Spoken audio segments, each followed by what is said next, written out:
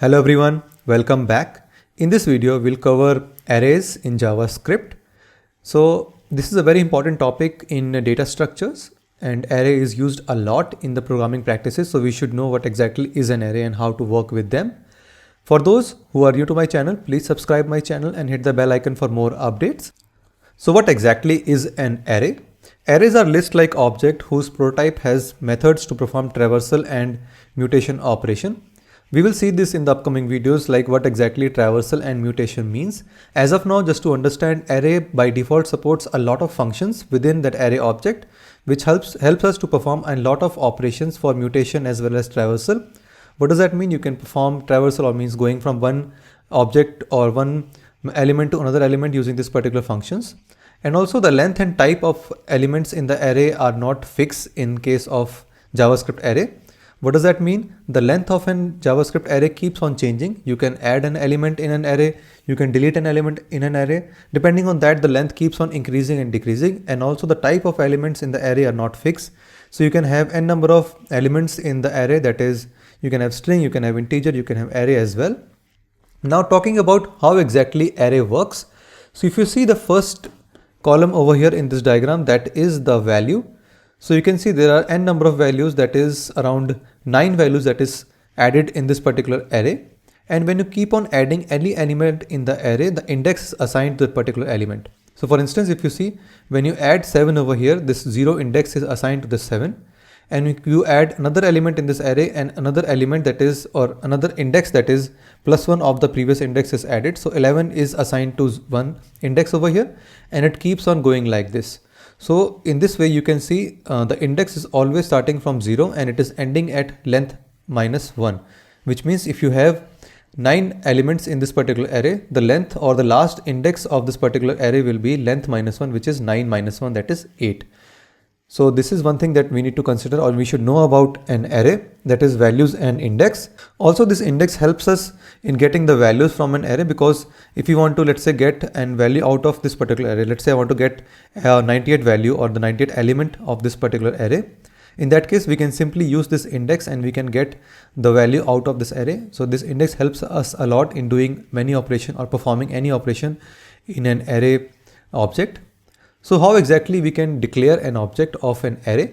So if you see here, this is the first example, which is a very basic example, how to declare an array. So you can create an object. So we have created a constant object, and you can just provide a square bracket and keep on adding the values over here. So it can be same types, that it can be an integer all, or it can be a string, or it can be a mix of integer and string and other objects as well. Also, the second way is declaring something like this. So over here, if you see, we have declared a constant variable again, the name of the variable, and we have a new keyword that is added over here, the function name, that is array, and now we have provided all the values over here. Again, it can be of same type or different type, it doesn't matter, array supports all. Now let's go back to our Visual Studio Code and see how exactly we can use the same. Now let's talk about why exactly we need an array. So let's say a typical example of a project. So let's say you have a project which contains details of an employee. So we'll talk about, let's say, employee detail project.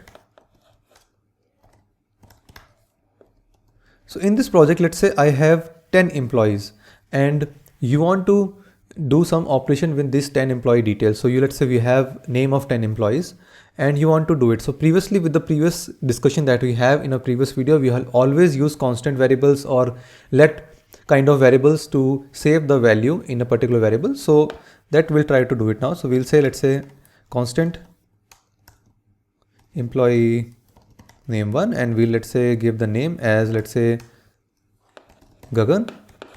And now let's say if I have 10 employees, so I have to type something like this, correct? So if you see here, so this process or the way we are trying to declare the variables over here for our use, it is very cumbersome, because for anything that we do now will require to have n number of line of code, and it becomes very difficult to track also. Let's say now we have thousands of employees. So if you see any real-time project, we have lakhs of employees also. So in that case, using these kind of approach is very, very cumbersome, and it is of no use because it becomes very tedious to handle the code as well. And it is also not of good practice. So for that reason, we have a concept called array. Now, if you see, Now we have written 10 line of code for handling this kind of a scenario. All this 10 line of code can be handled with a single statement in an array. So we can simply create one array and we can say the name of the particular variable or the array name, and we can simply provide here all the details that we want to put. So now we can just quickly save this over here, something like the first name is Gagan1, then let's say I have the second name also over here, so I'll just quickly copy this and keep on pasting something like this. So now I can just put any name that I want to put over here, and that is it. So if you see, I have saved almost 9 values over here in this particular array that is of string type currently. And now that's it. So now you see here we have only used one line of code over here, which has served all of a purpose of saving 10 values in a particular object, and we are good to go. So I'll just comment this as of now. So this is called declaring a particular array over here, and we have declared and initialized a value also. Now we can simply print this. So if let's say I want to print this particular array, so I can just give the details over here and I can save it. I will go to my browser and refresh. If you refresh this, you can see it is showing all these values and it is an array format. So you can see the details over here as well.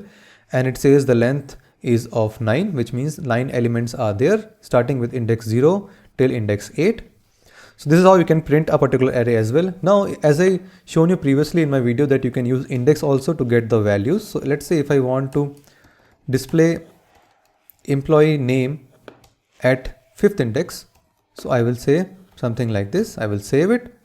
I will comment the previous step, go to my browser and refresh it. You can see Gagan6 is present over here at 5th index. If I say 1, 2, 3, 4, 5 and 6, so Gagan6 is present over there. So this is how you can print it. So this is a way of declaring a particular array and using it and getting the detail out of it as well. Now talking about the second approach of declaring a particular array that we have seen in the particular PPT, that is over here, something like this. I will do one more thing. I will again declare one more constant and I will say employee names and I will say 2. For this we see we have used a new keyword called array, and I have provided the function name as array, and then we can directly use this approach of creating a new array, something like this. I will comment this code over here just to see if it is working fine. I'll copy the console log, I will paste it here and I will save it. Just name it to 2 and that's it. Now let's go to the browser and see. We'll refresh. You can see again the same details are displayed for 9 length, and you can see the index is from 0 to 8 and it contains 9 value over here. So this is the second approach how you can declare a array. So this is the first one, this is the second one. So this is one way of doing it. Again, you can do the same. You can print specific part of it as well. If you want to get the details of name at index 5, same thing can be done. If I refresh it, so it says it's not defined because the name is changed over here. I will save it, go back to browser, refresh it, and you can see yes, Gagan6 is displayed over here. So this is one of the way of declaring a particular or creating a particular array in JavaScript and adding values over there. Now let's say I want to create an array of multiple types of object. So for this, let's do one thing. I will just create one more array. So I will just give as mixed type the name, correct the spelling, and I will just go here and I will say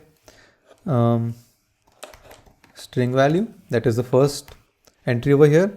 Second, I want to add an integer. I will say 1, 2, 3. And third, I want to add one more string, let's say name test, and let's save it. And I want to give a print of this as well. So I will say console.log and I will give the values here. I will save it, go to my browser and I will refresh it now, and you can see yes, it is displaying the same details over here, which says it contains 3 values, that is of string type, integer and this, and it is showing over here. The length of the array is 3. The first one is a string, the second is an integer, and third one is again a string. So that's good, right? So now let's say I want to create an array which contains array type as well. So I will do one more thing. I will say constant mix type with, let's say, array, and I want to use here something. I will say name1, name2, and 23, that's an integer, and I want to pass this particular array as well. That's good. I will go here and I will say console.log, and I will provide the value, that is, I will first correct the name. So I will say over here and I will save it. I will first comment this line over here and I will just refresh it. I will go to my browser. I will refresh it. Now you can see it contains 4 values in an array that is displayed over here. That first one is a string, second is string, third is again an integer, and the fourth one is an array of length 3. If I expand this, it says first is a string, second is string, third is an integer, and the fourth one is an array which contains 3 elements again. So which is string value 1, 2, 3 and test, which we have already used over here. And it's showing it correctly. So now we have seen an array which contains multiple types of object within the array, and we can perform the same. Now if I want to get or display something from this particular array, so I can just quickly go here and I can type something like 3 or let's say 2. I go here, I refresh this, you can see 23 is displayed because it is a second index of the particular array, which is 23, 0, 1, 2. The index is over here. So that's it about the array function over here. So we have seen a lot of details about how to create an array, how to use an array, how to add multiple types of elements in an array, and how to perform some basic operation in an array. Thanks a lot for watching this video. Please like, subscribe my channel and hit the bell icon for more updates. Thank you. Bye-bye.